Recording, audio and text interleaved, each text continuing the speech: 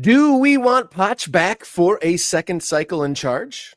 Chicago may have landed a new superstar, and another USL expansion club may have liftoff in Melbourne, Florida. That and more on Monday's edition of Morning Kick Around.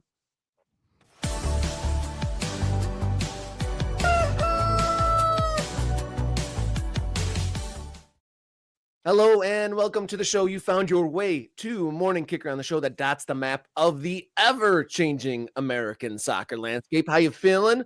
My name Robert Kerr, local soccer guy, and to my side, Jason Davis, radio soccer guy. How you feeling on this beautiful June Monday morning? Happy Monday, everybody. Ready to talk soccer with all of our friends, all of our ultras who have stepped up to support us and support American soccer. Applause for all of you. Homeless Shoe. First through the door today. Shout out. We got Tim, Kate, Dwayne, Jeezy. You're getting on here. Sorry, I didn't mean to. Add Rocky, become a member so your chat can be on the screen legitimately. But shout out to him referencing my other show, one of my other shows. Shrimper Steve is here from England. We've got Billy Bob Westard, Jeff, who has slipped a bit, but it's fine, Jeff. It's all good. We still love you. You're not number one all the time, but that's fine. You're number one in our hearts. We got Callan is in the building. George is here. Matt is here. John, look, Callan stepping up with a gift membership. Again, applause for you, Callan. Thank you so much for supporting the show. Did I say Bill Barrett was here? All the Bills. The Council of Bills are in the. It's Council of Bobs, not the Council of Bills. Is there a Bill Council and a Bob Council, Rob? You're technically a Bob, even if you don't go by Bob. Yeah, Robert is the most formal version of the Bob. We've got a few councils out there, local soccer guys, Bobs, Bills, Matts. There's like a Venn diagram, like the Council of Bobs, local soccer guys, really tall people, and you're smack in the middle of it, right? Yeah, I'm an everyman. I'm in the middle of everything. Not too extreme, not too this, that, or the other. Shout out to Kate and Matt for joining me on an impromptu audio hangout in the Discord on Saturday night. Nice. I was on the ride home from Flint, Michigan after I won one tie with my beloved OCFC and had an hour to kill. I said, why not? Let's hang out with the Ultras. That's great. That's what you get on the Discord. I need to jump in those. I need to make some time. It's been hectic. It's been hectic, Rob, but we're here. That's why we make time for this show all the time. It's a Bob Brain Trust. I like that. Tim, hey, and Kate, hey. There we go. That's what I get. By the way, Kate, did you get your shirt? Have I confirmed that your shirt got to you, the resent shirt, the Morning Kick Around jersey? Did we confirm that she got it? Okay, I don't know. We need to find out. But there. By the way, I do have tracking, and I do know that the second run will be landing on my doorstep in a day or two, and I will get those out as soon as I can for everybody who bought a Morning Kick Around shirt for the second run. And hey, if we can get to 10 more shirts, we'll definitely do a third run in the very near future. So go over to the Fourth Wall page and get your Morning Kick Around jersey. Yes, indeedly do. Yeah, I'm hearing subcommittee of Bills and a Bob Brain Trust. Yay, Kate got her shirt. Yay, that's great to hear. Thank you. Thank you, Kate, for confirming. I'm glad. Yeah, so that Morning Kicker on Discord where we had that impromptu audio is part of lots of threads of conversation that you get access to as a Morning Kick Around channel member, an MK Ultra, if you will. We got threads from local ball. We got USL, MLS, national teams, and a whole bunch more. $3.99 a month gets you priority commenting on screen, which you are seeing now. Access to the Morning Kicker on Discord server and bonus content. So lots of benefits in addition of just knowing you are supporting American soccer media. And then shout out to everyone who's just hitting a thumbs up or a like or a share. That all helps very much too. All right, we got a great show ahead. We have possible USL expansion. We're going to ask a big question about, are the domestic leagues capitalizing on this World Cup? A superstar landing in Chicago. But first, let's talk about the U.S. head coaching job, shall we? Let's get into it. Our content here on Monday's edition of Morning Kick Round. Let's go.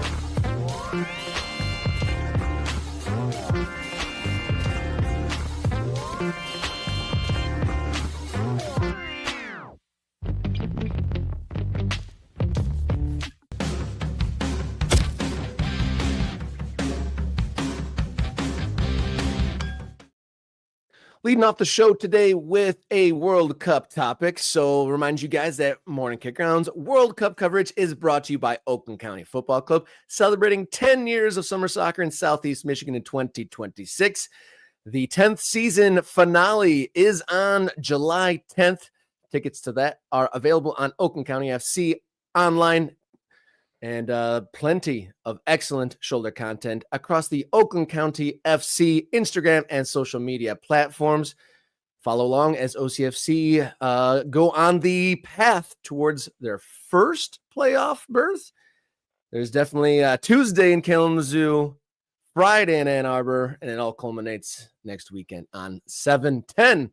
But World Cup, the round of 32 kicked off yesterday with Canada going through. So congrats to our Canuck friends on making some history with that late winner. We got 3 games today. And then, of course, no one forgot that USA is playing Bosnia on Wednesday night.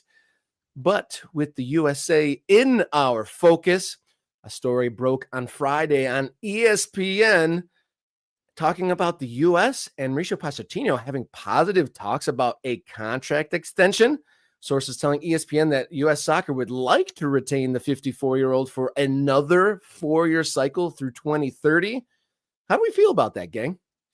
So I saw this first from The Athletic and Adam Crafton. I guess ESPN also reported it. Was it Jeff Carlisle on the story? Is that who you got there, Rob? I just want to shout out writers and people doing the work. So I don't know. Julian Laurence and Jeff Carlisle. Oh, okay. Jeff Carlisle also. Okay, Julian Laurence. So a couple of things at work here that I think are interesting. Number one, let's just consider the grand picture of second cycle managers. Does it usually work, Rob? You have to really kind of scratch your head and clear some cobwebs to remember a successful one. I would say Didier Deschamps is the most recent example of it working for the most part, right? Won a World Cup in 2018, took his team to a final in 2022, and they're big favorites to go and do something big in this tournament. So if you're going to make the argument that you can do it, Didier Deschamps is the guy that you point to. I think, Gareth Southgate got 2 cycles, right? Didn't he get 2 cycles, Gareth Southgate? He sure did. And he didn't end. It was okay, but still, he was criticized. It faded. Still, people didn't love the way they went about making finals, England, right? Or making semifinals in 2018. You had Yogi Löw getting multiple cycles with Germany, which obviously didn't end well for him, right? In the U.S. history, right, we have Bora. He wasn't going to be a 2-cycle man. So then we give Steve Sampson. That was a disaster in 98. So they bring in Bob Bradley. Bob Bradley takes them to a quarterfinal in 2002. Yeah, good job, Bob. Let's bring you back. Oh, what happened in 2006, Rob? It didn't go well. Not in the World Cup. Not in the World Cup. It didn't go so well. So then Bob Bradley takes the team out of the group in 2010, loses to Ghana in the round of 16, gets a second cycle contract, ultimately gets fired so they can bring in Jurgen Klinsmann. I think we skipped over a Bruce Arena in there, but yeah. No. I just said Bruce Arena. I said he got 2002, and then 2006 he had a second cycle, and he failed in 2006. They fired him or let him go. Bob Bradley steps in when they wanted to bring in Klinsmann initially. That was Sunil Gulati's idea to bring in Jurgen Klinsmann after 2006. They couldn't get Klinsmann then because he wanted total control, and they weren't willing to give it to him. So they bring in Bob Bradley, who had a reasonably good MLS career to that point. Bob gets him out of the group 2010. They say, okay, Bob, I guess you're still our guy. Bob Bradley gets fired after a Gold Cup loss to Mexico. They bring in Jurgen Klinsmann. Jurgen Klinsmann gets them out of a very difficult, to his credit, very difficult group in 2014, but ultimately gets fired before the 2018 cycle really, as the 2018 World cycle gets underway, because it looks like they're going to fail to qualify. Sure enough, bring back Bruce Arena. That's not a second. I mean, that was Jurgen Klinsmann failing in his second cycle is my point, right? So then Bruce Arena comes in, can't do the recovery to get them into the World Cup. And then we get Greg Berhalter. And Berhalter does a reasonably decent job in 2022 with the youngest team in the tournament. But what happened to him? Ultimately, also gets fired after some bad results mid-cycle. So now we've got Mauricio Pochettino, and we are still results pending on this cycle. So U.S. Soccer said, we really like this guy. We want to bring him back. And everybody else is kind of like, but we don't ultimately know how this is going to go. And to PSU, to DCU's point, he didn't have to manage any games in CONCACAF of note. I mean, Nations League didn't go well. Remember, knocked out by Canada, the Nations League, and then had a Gold Cup that ultimately ended up in disappointment at the end of it. So, how do you judge Pochettino? The other thing at work here that I don't know exactly how this plays in is the fact that Pochettino's salary is subsidized by a billionaire. Yeah. Yeah. So Pochettino's salary is subsidized by King Griffin. U.S. Soccer doesn't have the money or wouldn't outlay the money to pay him what he's worth on the open market. Right? So if Griffin's money's contingent on it being Pochettino, is U.S. Soccer going to say, well, actually, no, we want to move on and leave all of that money, like walk away from the money that Griffin's willing to put in to paying the coach? Like, I'm wondering how you think about that, Rob. If somebody says, I'm going to give you $6 million a year, but only to pay a certain person to be the manager of the U.S. men's national team. And if you don't have that guy, I don't want to give you any more money. What do you do as an organization? Do you stick with that guy so that you can pay him $6 million? Because he has a resume, right? He's a successful manager. He's ranked among the best managers in the world. And you may not be able to get somebody else like that if you let him walk. It's definitely a modern issue and a modern problem. I think that outside money coming into any organizations is a lot like college boosters or whatever, throwing their money around for whatever coach that they want. Exactly and that. It's exactly that. Arms crossed if it's not. So what's the budget for a coach if it's strictly U.S. Soccer paying for it, right? I mean, it's not millions and millions of dollars every single year. Berhalter was making six figures, right? So I think Berhalter got over $1 million, but it was like a 1.5 or so. Last time I that's a vague memory. Don't hold me to that. But I don't think he was making more than, low seven figures. So as far as Pochettino coming back and this whole uneven, it definitely makes a weird power balance that you're going to allocate all this money just for a singular thing and kind of self-interest. But as far as like Pochettino coming back specifically, I don't like when someone is talking about getting more job when like he hasn't done the job at hand yet. Just like the Scotland coach, like he signed this big extension before they even got to the World Cup. That didn't go well. And I guess just rewarding someone for unrealized success doesn't sit well for me. I mean, the story goes on to say that, they had positive conversations and they decided to come back to it afterwards. And I like that if that's the truth, but I really don't like rewarding someone for success that's not even been realized. But that is in the abstract. You're thinking in the abstract, Rob. You're not thinking about a specific situation, which I understand. And I'm with you on some level that it seems weird to offer somebody a new contract when they have yet to actually do anything that you can write down as success, right? That's they've had 3 games for what this whole run up here has all been prepared for 3 games. So he essentially has had 3 games of doing the actual job. No, I understand what you're saying. But again, this is what I want to point. And I'm not arguing with you. I'm just bringing this into the equation that, again, you're talking about in the abstract when they are thinking, can we ever get another Mauricio Pochettino? What does our manager look like if we let Pochettino walk away or we don't even offer him or try to bring him back? Who do we get? Now, there is also the issue of if you sign Pochettino to a new deal, if he says yes, because think about all of the club jobs that Mauricio Pochettino might have been in line for as the summer began. How many of those jobs are now filled? Right? There's no Tottenham job. There's no City job. There's no AC Milan job. There's no big job out there that feels like the job that would attract Mauricio Pochettino, right? In terms of club football. So if Pochettino doesn't have a job lined up, he may say, sure, I'll sign the $6 million contract or whatever it is to come back for a second cycle as head coach of the U.S. men's national team. But what if one of those jobs opens up and he decides to leave mid-cycle? Now, I wonder, so money-wise, he would probably have to buy himself out of the contract at that point, because unless U.S. Soccer is letting him walk for free, I mean, I don't know how that would work necessarily contractually, but it would leave U.S. Soccer in a difficult spot to have to find somebody mid-cycle. And again, you're very unlikely to find somebody of Pochettino's reputation if that is now your standard. Now, if you're willing to sort of go back into the same waters you used to swim in, maybe you can attract BJ Callahan to leave Nashville, but he seems to really love Nashville, and he's a young coach building his resume and maybe thinking about the national team one day, but isn't ready for that, or may have his in his mind that he coaches up Nashville to a point and goes and gets a job in Europe, which is still that's the white whale for American soccer coaches. Yeah, that's definitely a U.S. coach making the jump from MLS to Europe. Definitely, yeah, that white whale. There's been glimmers of appearances by American coaches. Obviously, there was success of the coach that was in Spain. Had some great success there. His name is escaping me. The guy from New Jersey, but he didn't spend a whole lot of time or any time in the United States domestic system. So it's not that direct, MLS coaching success going over there. But it's funny that you brought up BJ Callahan. That was like the first name that came to mind if we were going to go into like the domestic or known quantities in the domestic pool.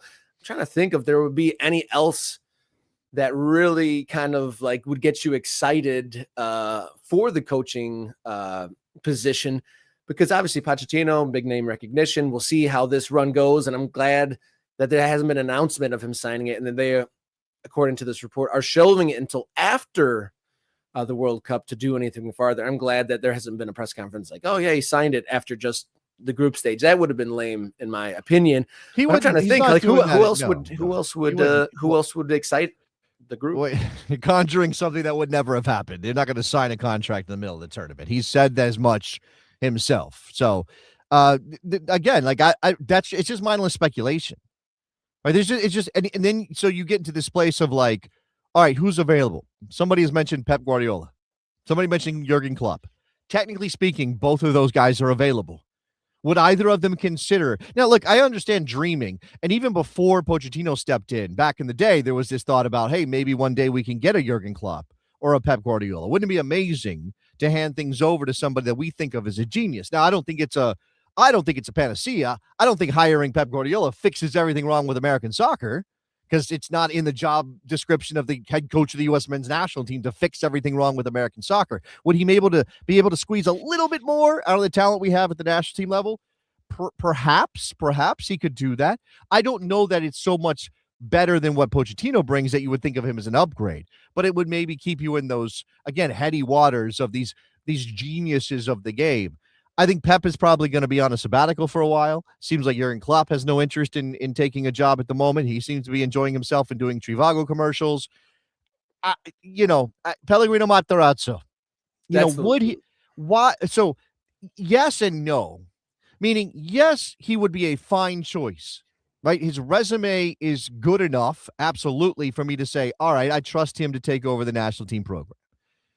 But if we're talking about sort of realistic, I don't. If Matarazzo, if he found himself in a situation where he was again on the market, because he's now coached in Germany and now in Spain, he is a guy who has built a career and is still in demand as a club manager in Europe.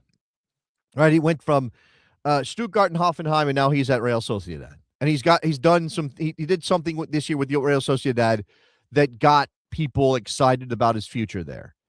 So if he gets fired, maybe I would, but again, sort of like realistically, it's a very weird situation when you're looking for a national team manager. Yeah, definitely uneven with what are the boosters going to support? Who will the boosters support? Will they just have faith in United States soccer to find their own guy, or is the money only Poch money? Definitely something worth considering, and we'll see. Well, I mean, what happens with that. But let's remember that the origin of the Griffin money likely was U.S. Soccer saying, "Hey, we think we could get Mauricio Pochettino. How the hell do we pay for that guy?" And then knowing that there were soccer-interested billionaires out there, they ring up King Griffin and say, hey, would you be willing to subsidize the salary of Mauricio Pochettino to lead us to the World Cup in 2026? And apparently King Griffin said, yeah, sure, whatever. That's a rounding error for me. Is that going to continue? Would it continue with the next manager, depending on the status of said manager? It'd be interesting to revisit this a little bit in the future, maybe even a couple of years in the future. Like, is Mauricio Pochettino the anomaly, the outlier? This is our Pep or our Jurgen Klopp, and then we go back to the typical hiring strategies, or is Pochettino the first of many of the big money, big name coaches to lead the United States? We shall see. But we're going to move right along. And we're going to talk about a superstar potentially landing in Chicago up next here on Morning Kickaround.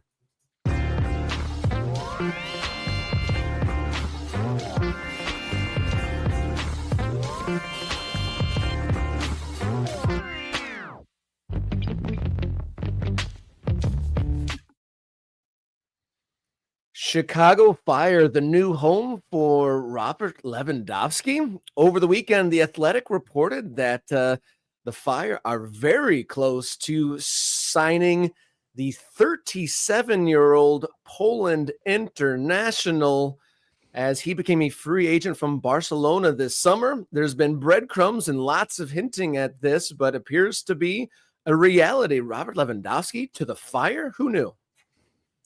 I think you still don't believe it's actually happening, because you were like, the way you said speculation or something in the tease at the end of that last segment. It's like Rob just can't get his head around this actually being a thing. But again, there are multiple reports on it, independently reported from Talk Sports, from Sky, from The Athletic. So Rob, it's going to happen.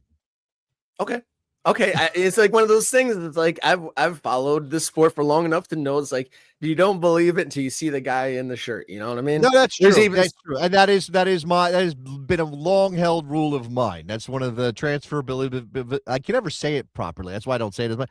The transfer believability axiom, which is do not believe it until the player is there. Actually, it's signing the contract if they do that ceremony or they have that picture, because we have seen players go to stadiums, hold up jerseys and or scarves, and then find out later that it all fell apart. He didn't actually join. So yeah, I mean, we should wait. It's just like, it's also the stadium believability axiom in American soccer.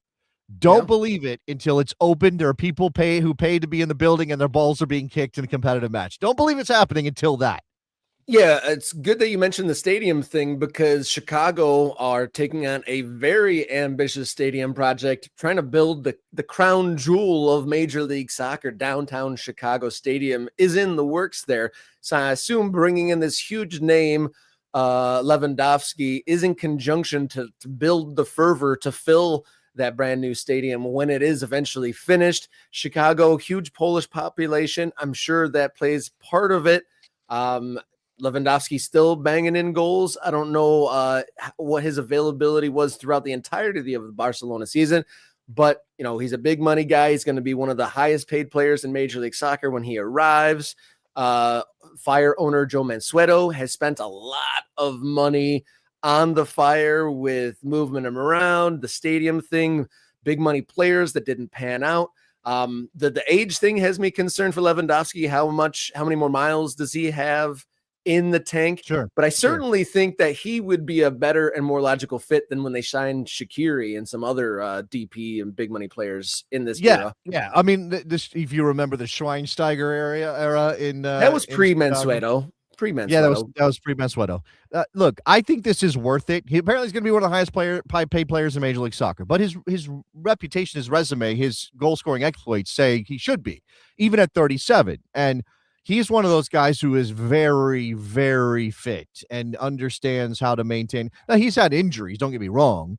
Every player's had some injuries, but he's a guy that you think, as long as he's not broken in some way, he's going to be fit enough to score goals in this league. They have been very public with this search. I do think it's about building excitement around the Fire because of the stadium and the project there. I'm looking at a history of Polish players for the Chicago Fire. He is obviously going to be the biggest name on this list by a mile. But remember that the Fire had a lot of success right out of the gates as an expansion team in Major League Soccer back in 1998 with Peter Novak in their midfield. You've got you've got that, again, that connection to the Polish community, and this idea that Lewandowski is going to bring attention to the Fire as they build a stadium, and also as the Bears do this weird dance with like multiple non-Chicago places to build a stadium. So I think, it kind of all lines up. And look, I don't love the retirement league moniker that gets slapped on Major League Soccer, but Messi's tearing up the World Cup. Like, and I know he's Yeah. an alien and all that, but it still feels like you can do this and develop young players and be a league that has an interest in selling as much as it is bringing in the big name stars. Yeah, that's a good point there. And it says in the reporting that this is going to be a 2-year deal, and the new stadium is set to open. The plan is to open in 2028.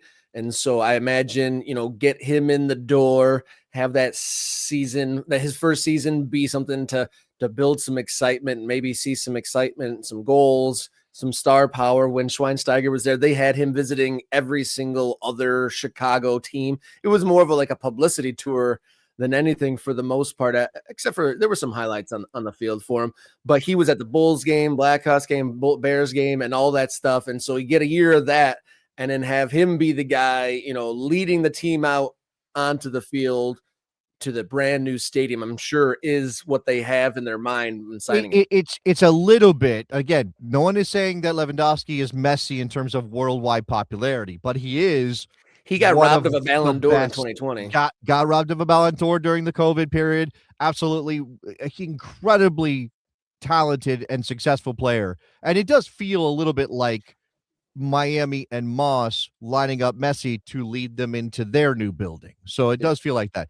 Here's a very quick question, and maybe the chat can respond here with your guesses. So the leading Polish goal scorer in the history of the Chicago Fire is the aforementioned Peter Novak. He scored 29 goals in 139 matches. Now, he wasn't a goal. That wasn't his job normally, but he scored 29 goals in 139 matches. How long will it take Robert Lewandowski to break the Polish goal scoring record for the Chicago Fire? 29 is a lot. You can't do that. That's normally more than one MLS season can deliver. So he might need 2 seasons, but does he do it in 2 seasons? Chat, what you got? I think that's very possible. I was waiting for them to talk back to me. How many games for Lewandowski to score 29 MLS goals? Or 30 if you want him to break the record. How many games? 40, 45, 50 games? 60. That's a goal every other game. I would say it's less than goal every other game. I think it's like in the 50 to 55 region. 50 to 55? Okay. I got 2 seasons from PSU to DCU. All right. There we go. Yeah, I definitely think that's possible. It's all depending on fitness. Like whenever the big name guys come in, I think the make or break for the most part, obviously individuals' games has an effect on how it translates. But when big name players have come in, it's usually the determining factor of success is fitness and attitude. And everything that Lewandowski has, said about this, and he, from all the stuff that I've seen him when he talks, he seems like a very positive guy.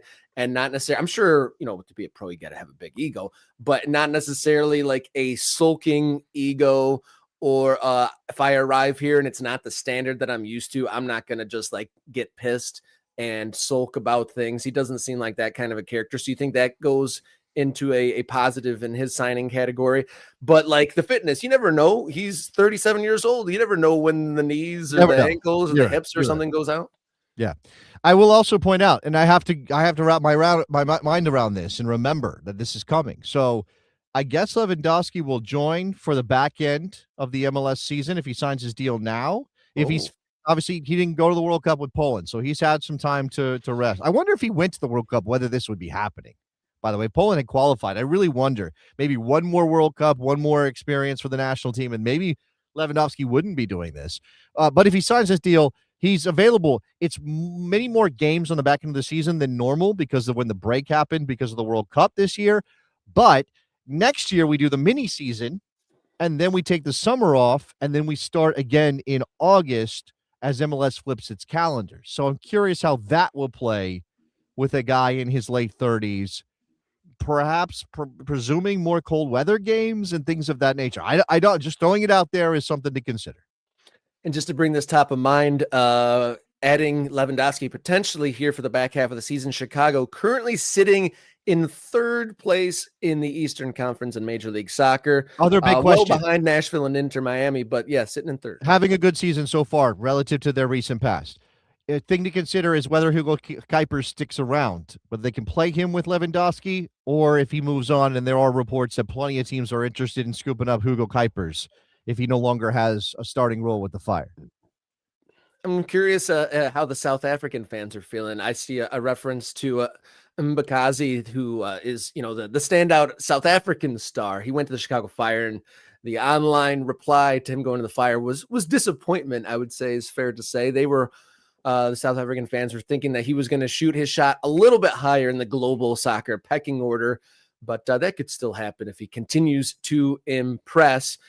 And we're talking about refreshing folks on where Major League Soccer stands. Our next topic is going to address that. Are the domestic leagues, capitalizing on the World Cup being on home shores? But I do want to highlight some of our ultras before we move on.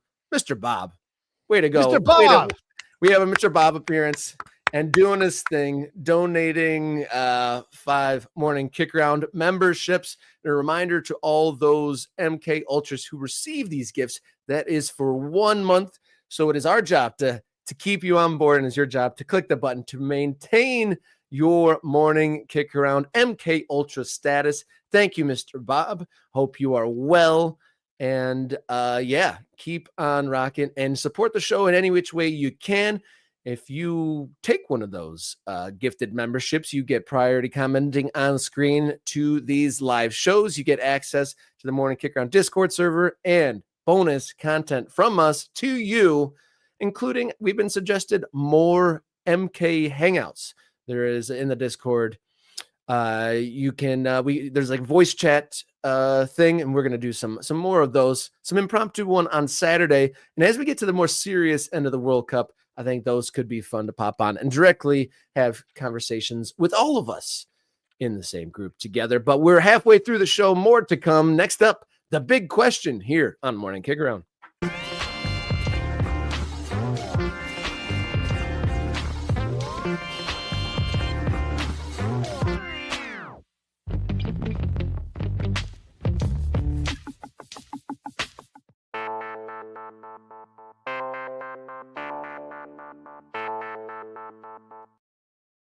Big question here on Morning Kick Around as the World Cup 2026 says goodbye to the very busy group stage, and we welcome the knockout phases. The big question of the day: have the American domestic leagues capitalized, or are they capitalizing on this home World Cup? I think the first thing we have to ask, Rob, is it really possible for the domestic competitions, the American soccer products, to benefit from activating? I'm going to use a very marketing word. I'm sorry. Activating around the World Cup. Like, is it worth it? Like, if you do it as a sort of a low effort thing and maybe you're not spending a ton of money, I guess you could always justify anything. But is it worth it? Is it a big, is it putting ads on Fox, say, during the World Cup, which are going to be, look at the numbers that Fox is getting, Telemundo is getting. Putting ads on those channels during the World Cup, linear television, which, in this modern moment is not nearly what it used to be, but when it comes to live sports still has power. Is it worth it spending money on ads to sell MLS and WSL, USL, whatever it might be? That's a question I don't know if I have an answer to. I'd say just like at a very shallow level to answer that question, I would say yes, because there just is simply so many eyeballs on these. And while those might be very expensive ad spots, Major League Soccer, at least, is a linear partner with Fox. So you think there would be some sort of a friendly deal there, though. But to be fair, Major League Soccer is getting a lot of runoff mentions and press just in general in this World Cup. Major League Soccer, thanks to Messi and the number of players that are involved in this, they're getting mentioned alongside all of the leagues around the world in general. So I think Major League Soccer is getting a little bit of a bump, at least as far as being in the world soccer conversation.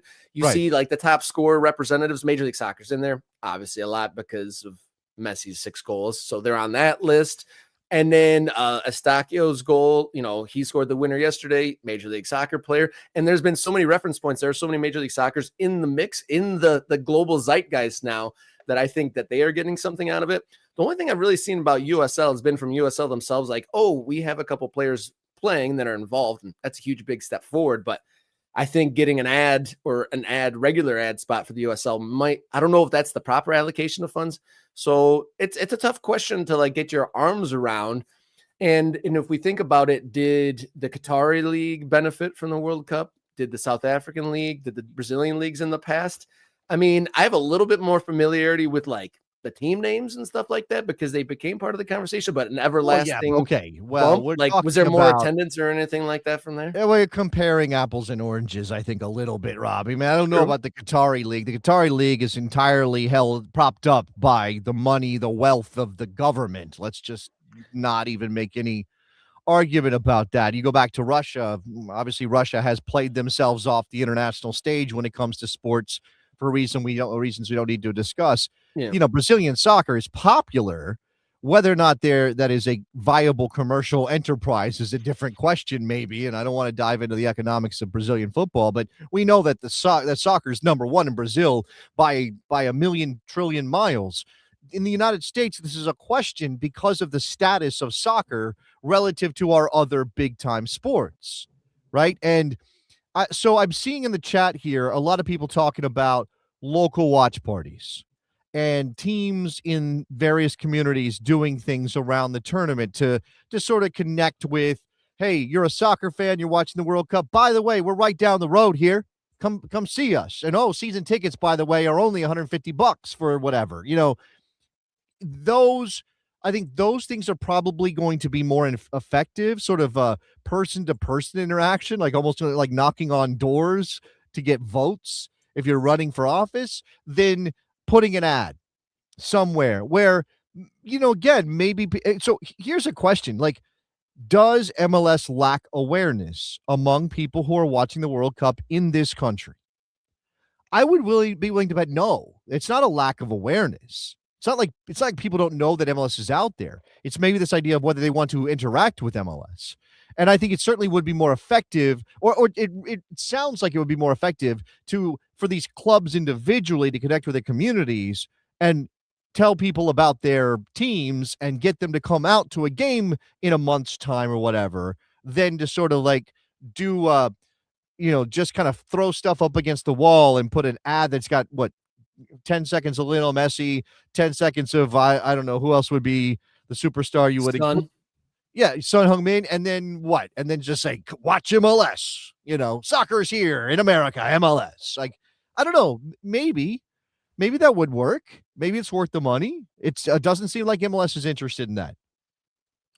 Well, I mean, if you've been watching the World Cup on Fox, you certainly know a lot more about the Fox Nation programs and all the various different talk shows that Sean Hannity's hosting, which I didn't know about before. So that could, if they were running that kind of advertising for Major League Soccer, definitely put that thought into people's minds more so than not at all. I mean, television ads, I mean, they do add. I wouldn't say that. I would say that would be a thing to put the league in people's minds, is putting ads on there. But I do like the fact that local teams are doing watch parties and, like you said, more of a grassroots person-to-person advertising. And I think that's probably the way to go. It would be a little bit outrageous to do a national one for a club, but the leagues, yeah, I mean, when the eyeballs are here, I think there needs to be a statement made. And you said that NWSL was kind of doing a grassroots thing with a bus. They have a bus. They said they were going to take a bus and do activations. There's that word again. All over the country, fan activations. And I don't know. That wasn't just going to be World Cup cities. That was going to be also just sort of NWSL cities. After the initial press release, which came out about a month ago on May 28th, I have not seen anything else about the bus. I'm not saying it's not out there. I'm not saying they're not doing it, but I haven't seen anything about the bus. Now, somebody in the chat mentioned here it is. Chris Huey. Have more searches been done during the World Cup for local soccer clubs and leagues? Now, we can definitely do that and kind of drill down. But just on MLS, just as a bellwether for what interest might be out there that isn't normally there with the World Cup happening, over the last month, searches for the MLS, which we know is not grammatically correct, but is nevertheless apparently how people search for this league, is up 30%. 30% from the previous month or over the course of the last month. MLS Cup is up 90%. MLS Soccer, 40%. What is MLS? 20%. Now, maybe that's also could be real estate related. I don't know. That's a good point. There's an issue there. So, if I let me see if I'll put this. Actually, I can select the league specifically. So let's look at that over the last month. General interest. Okay, search interest in MLS, and I'm clicking the league as Google defines it, is down 5%. Down over the last month. That says down 5% over the last month. I don't know. I mean, it does have a full bar for search interest, right? Rather than maybe some half interest there, but it's not, I don't know. Like for Christian Pulisic, up 2,000% over the last month, which makes sense, right? World Cup star playing for the U.S. men's national team. In and out of the lineup. I mean, I know I was looking for Christian Pulisic availability updates, so I think that probably has something to do with his bump as well, because he's been in and out of will he be involved or won't he. Interesting. This is a little bit of a diversion, but one of our ultras sent a link from another program, I think 343, saying that, like, look at all these Ecuador fans, look at all these Colombian fans, and like, these guys aren't all international. They're from United States, a lot of them, but you don't see these folks. This is all very anecdotal, but the focus of soccer, we've talked about on this show a lot. The focus of soccer is spread out, but like, how do you galvanize that? Who'd you just reference on this show? 343. Okay. Let's try not to do that in the future. Let's just avoid referencing said person. Axes to grind are very, very much the story of that particular account. Yes, look, you could always scream and yell and make a bunch of noise about the fact that MLS doesn't seem to capture the interest of fans that live in America that will go out and support Ecuador or Colombia or Mexico or whoever at the World Cup, right? This is always used as a cudgel against MLS. MLS sucks because there's so many soccer fans in America who don't like MLS. And I don't really buy the argument that MLS has failed because of this, right? MLS clearly hasn't failed. It's how you structure your understanding of success or failure that depends how you view MLS, right? So again, we want our national team to win the World Cup. Because we haven't, everything that any domestic soccer interest has done is a failure. Does that make sense? Like, as long as your goal, as long as your target, as long as your measure of success is something that has not yet been achieved, everything is a failure under that heading. And I think that there are lots of people who want to see everything American soccer has done, everything U.S. soccer has decided, everything MLS has done, because it's the biggest domestic soccer product has done. It's a failure. Partly because they don't like, again, the way the league has chosen to do development, or the fact that there's no promotion or relegation, or the fact that it's a closed league, or it's single entity. And all of those things are worth critiquing. Like, a lot of those things are worth picking at and saying, is that good? Is it being done right? Is this a problem? How do we fix it? Et cetera, et cetera. Right? 100%. They're all worth examining. But then to sort of just wipe all of the good things that have happened in American soccer over the last 30 years, a lot of it downstream of MLS, to say, MLS is a failure, MLS sucks, look at all these Ecuador fans who are not MLS fans, I think that is extremely intellectually dishonest. Now, in Dishonest terms of bankrupt. here's Mr. Bob asking about USL. So a search for USL via the same Google Trends website says United Soccer League as a topic is down 30% over the last month. Now, again, this is all relative. I don't know, I don't know. But What is USL soccer as a phrase to be searched is a breakout topic, which means it's a search interest increase of 5,000% or more. Now, again, this is relative. If you had 2 people doing it last month and you have 100 people doing it this month, it's going to show up as breakout and a massive increase. I know those are not the numbers, right? But what is USL Soccer, United Soccer League, United League Soccer, USL Soccer League, USL standings? These are all breakout topics according to Google. Now, their search interest bars, sort of like a power bar that a video game character would have, those are very small, 10%, 20%, 10% at most. And some of them are smaller than that. So it's not that these are massively searched topics. It's just that they have seen a significant increase. And that's all that matters. Right? That's all that matters. Like, let's not get in the weeds as to whether or not 1 billion people searched for MLS off of the World Cup, or 5 million people are looking for information on the United Soccer League. Let's consider that growth is what matters. And if you add 5 more fans today and 5 more fans tomorrow, and you keep doing that for the next 6 months, you've added a lot, right? You've added a lot of interest to your product. A comment here from Loot is my daddy, not a member. Become a member of Loot. But he says a lot of those fans you see at those Ecuador and Colombian games could well be more into the nationalism side of it than the soccer side of it. And we could spend hours discussing that phenomenon and, for sure, and how people interact with particularly the World Cup, also their national teams in general, soccer, and how they think of it as whether it is something that they connect with here because it's right there in their backyard, or if it's something from the country of their parents or their grandparents. Like, all of that is kind of up in that discussion of how do people interact with this, and is it fair to point to fans going to World Cup games and say they are missed opportunities for any domestic soccer competition? Going back into the chat, George, this is probably a salient thing. I think that what matters is the trend after the World Cup. Does the World Cup end? I think I saw a clip from Devin Kerr, one of the big USL play-by-play announcers and personalities there, saying that, like, oh, people are going to find a player and then do this and then do that and then find the USL team. I mean, I'm sure that's possible in a way, but I feel like asking most people to like do anything beyond what smacks them in the face is a bit of an ask sometimes these days, but sure, might happen.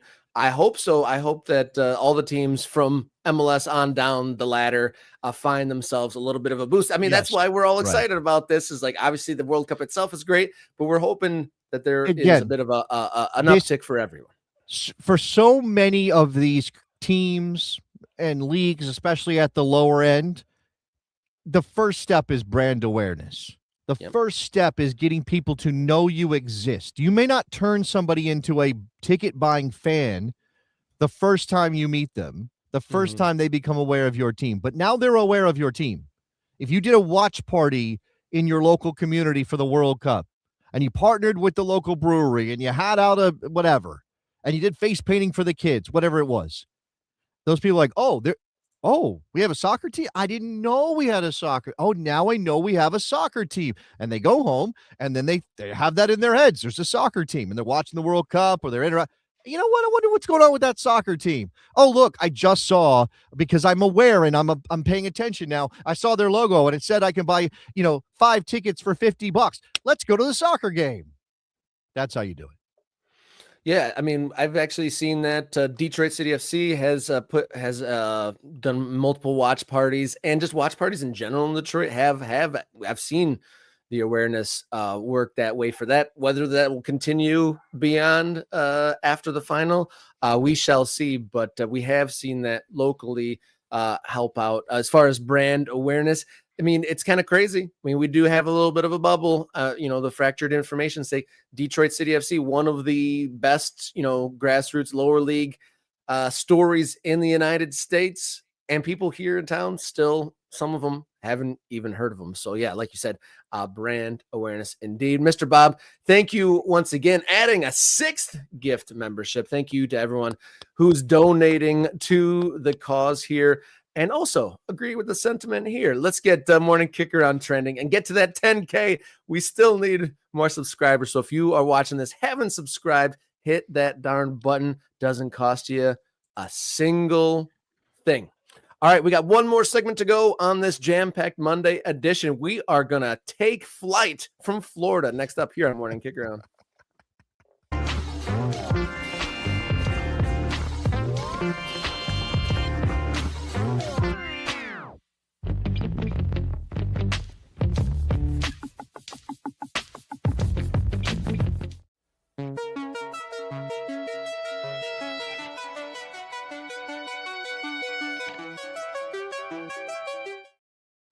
To Florida we go for soccer under construction. A new team says they have secured rights to a USL League franchise, trying to become the 8th professional team to play in Florida. Space Coast Pro Soccer announced it secured rights to a USL League franchise with plans to play in 2028. The anchor is a new soccer-specific stadium in Melbourne, Florida. How about that?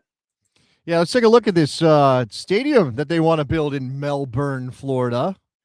It is very look. I mean, look again, open end. That's pretty standard, right? One way to save cost. This rendering has a roof around those 3 other sides, covered seating, which again, that's sort of like. Oh, I like, what is it like power windows? like what is the, when you buy a car, there's like one thing that takes the car from like the very, very basic model to slightly better. Like just it Power turns locks. it into, I mean, that's what I think, like keyless entry or something. Like I mean, and that's pretty much every car now, but there was a time when that was the thing that tipped you. Like, oh, does your car have a CD player? We don't do CD players anymore, but at one point, like that was the thing. Like, oh, your car is basic. Oh no, you got a CD player. Okay, that's not too bad. It's pretty nice. That feels like the roof situation at this point, right? Now, you said 8 teams in Florida. This is Melbourne, which remind me of the geography here. This is on the coast, and it is directly across the street from the Melbourne Orlando International Airport. And the site is 53.8 acres along the NASA Boulevard and Hibiscus Boulevard corridor, and it's in Brevard County. And this site is in the heart of Brevard's aerospace and defense economy.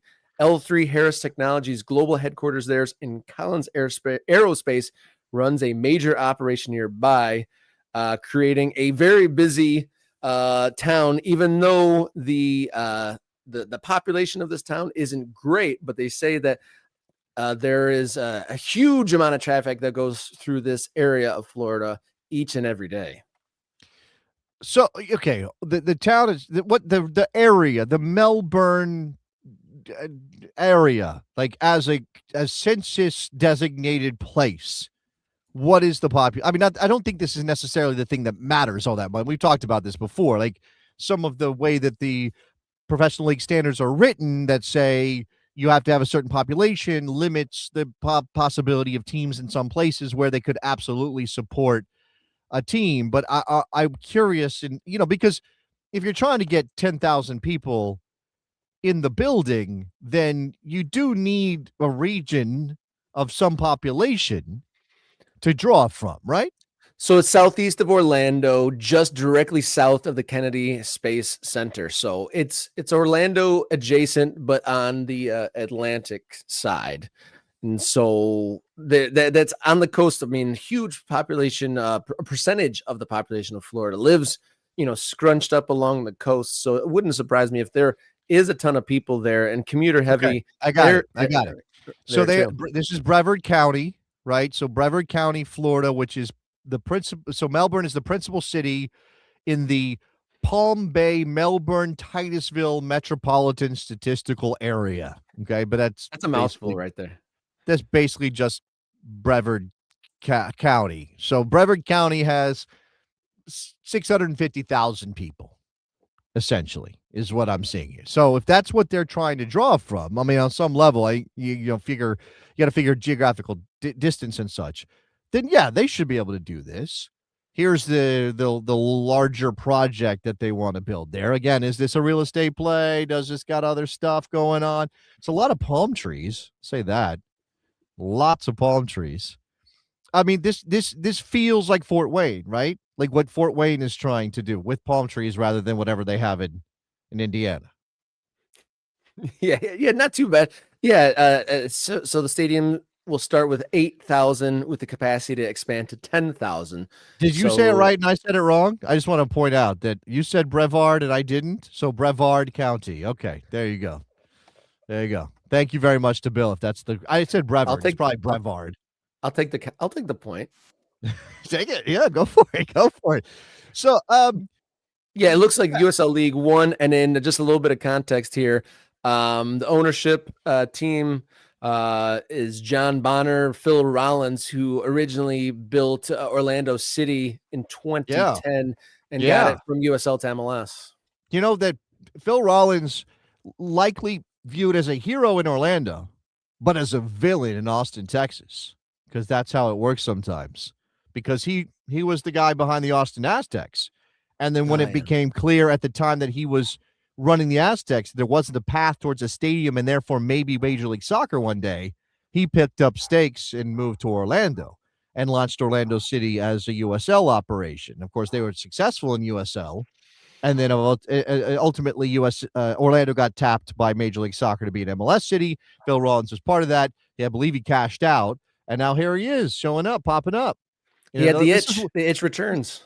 These two guys, and I'm sure there are more that people can name, but these two guys, Warren Smith, Phil Rollins, seem to be very interested in doing this, going around the country. We just mentioned Warren Smith last week because New Orleans, there was, that whole thing about New Orleans on the show, and Warren Smith was originally going to be part of a group that was supposed to figure out New Orleans, which they haven't yet, but he also was Sacramento and San Diego loyal, was Warren Smith.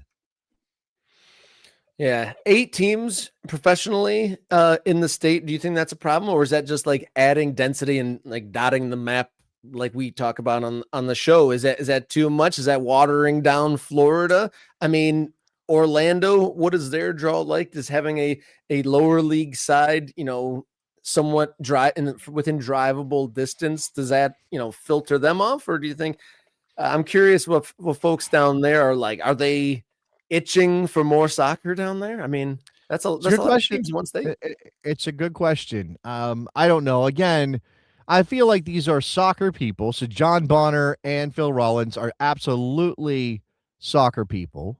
Does it mention that Adrian Heath is involved in this as well? I saw that in one of the stories that over the course of time that we've seen. I don't see it specifically referenced in what I'm looking at right now, but I have seen his name attached to this project in the past. Okay, that is so. Obviously, he would know Phil Rollins from his time in Orlando. Adrian Heath, the guy that I occasionally work with on the radio as well. So maybe I'll have to ask him about this project and see if he can give me some insight as to what's going on here.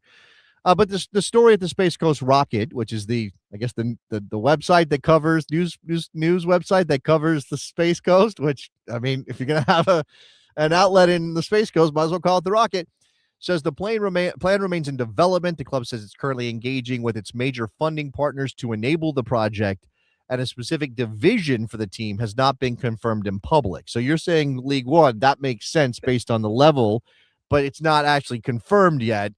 They have said that they intend to field both a men's and a women's team, with women's team would be the second team to get launched here. So, yeah, I don't know that we can dot the map yet. We're not there. We're not in a position to say clang the clanger. No. But they have good money behind them. They've got smart people. If you go to spacecoastprosoccer.com, I do not see Phil Rollins on their about page, but he's mentioned in the story, so I'm assuming he's involved. I do see Adrian Heath, so this is interesting. Just because it rhymes, I'm just curious if they will try to adopt any space ghost themes or jokes with this team at all. But I was mentioning at the top that this is potentially the 8th pro team in Florida. But let's not forget Port St. Lucie down the coast is vying to be a pro team as well. And then just a little bit farther down the coast there as well, Fort Lauderdale are also in the mix. So there could be as many as 10 in the next 2 years, which is a whole lot. We know, like, Florida, huge in sports, big soccer towns, or big soccer state rather. But wow. So just on that East Coast, there's potentially 1, 2, 3, 4, 5 teams along the Atlantic coast of Florida, which is absolutely wild. And we didn't mention it in the last capitalization of the World Cup. Miami FC getting a lot of shouts because of the Haitian players there, but that's an aside. Yeah, also Eloy Room, the Curacao goalkeeper who set the record. He's playing for Miami these days. Right. That's what I got confused there. Didn't mention. So yeah, maybe you meant Curacao and not Haiti. Gotcha. Yeah. Or I don't know if there's any Haitian players in Miami FC. There might be. You're talking about Florida teams. I have this recollection, and I'm sure the Ultras will remember.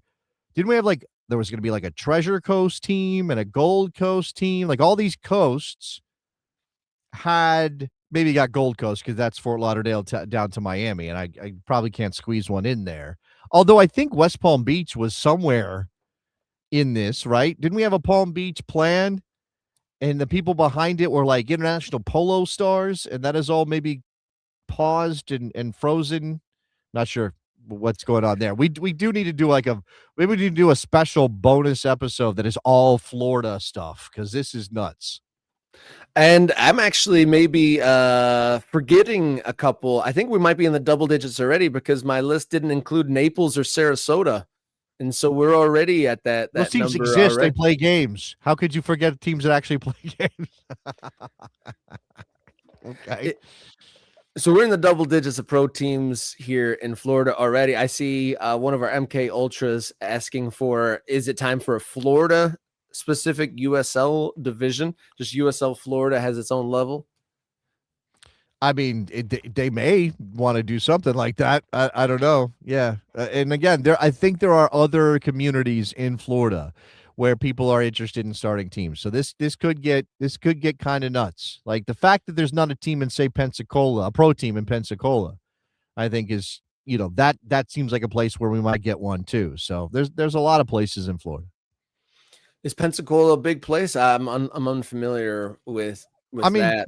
Relative to some of the other places we talked about, yeah, I think Pensacola has a reasonably sized population, could maybe support at least a League One team.